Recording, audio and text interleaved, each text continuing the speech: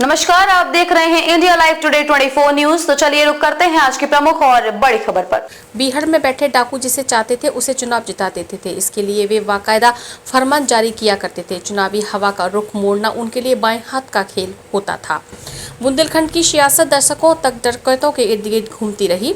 बिहार में बैठे डाकू जिसे चाहते थे उसे चुनाव जिता देते थे। इसके लिए वे बाकायदा फरमान जारी करते थे। चुनावी हवा का रुख मोड़ना उनके लिए बाएं हाथ का खेल होता था। 80 के दशक में यूपी के हिस्से में आने वाले बुंदेलखंड के 7 में से 6 जिलों झांसी, जालौन, बादा, महोबा, हमीरपुर व चित्रकूट के दस्युओं का दबदबा था। दस्यु ददुआ, निर्भय सिंह गुर्जर और ठोकिया ने खुद को बिहार का बादशाह घोषित कर दिया था। बदलते वक्त के साथ डकैतों ने सियासतदानों को अपना रहनुमा बनाया और बाद में वे खुद सरफरस्त बन गए। एक दौर ऐसा भी रहा जब नेता जीत के लिए दस्युओं को से फरमान जारी कराते थे। बाद में डकैतों के परिजन खुद मैदान में उतरने लगे। इसमें पहला नाम दुर्दांत डकैत ददुआ का आता है, जिसकी चित्रकूट, महोबा, बांदा व मध्य प्रदेश के इलाकों में तूती बोलती थी।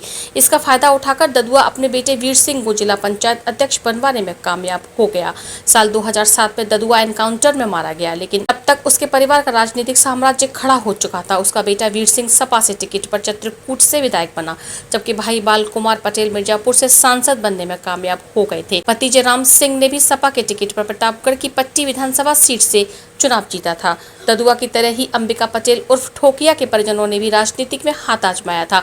साल 2005 में ठोकिया की चर्चा सरिता बांदा के करवी ब्लॉक की निर्विरोध प्रमुख चुनी गई थी, जबकि दूसरी चाची सविता को उसने निर्विरोध जिला पंचायत का सदस्य बनवा लिया था। साल 2007 में राष्ट्रीय लोकदल के टिकट पर मां पिपरिया देवी बांदा की नरैनी विधानसभा से चुनाव लड़ी थी। वे ठोकिया के नाम पर 27,000 वोट हासिल करने में कामयाब हो गई थी।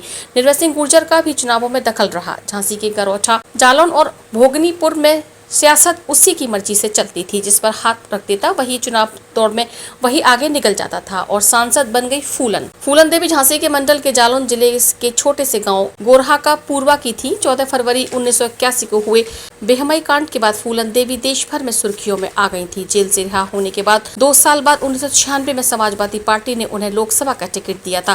फूलन अपने पहले ही चुनाव में मिर्जापुर से सांसद बनने में कामयाब हो गई। हालांकि बाद में उनकी हत्या हो गई। खबरों में अब तक के लिए बस इतना ही। फिर होगी आपसे मुलाकात ऐसी किसी बड़ी और खास खबर के साथ। तब तक के लिए नमस्कार और देखते रहिए इंडिया लाइव टुडे 24 न्यूज।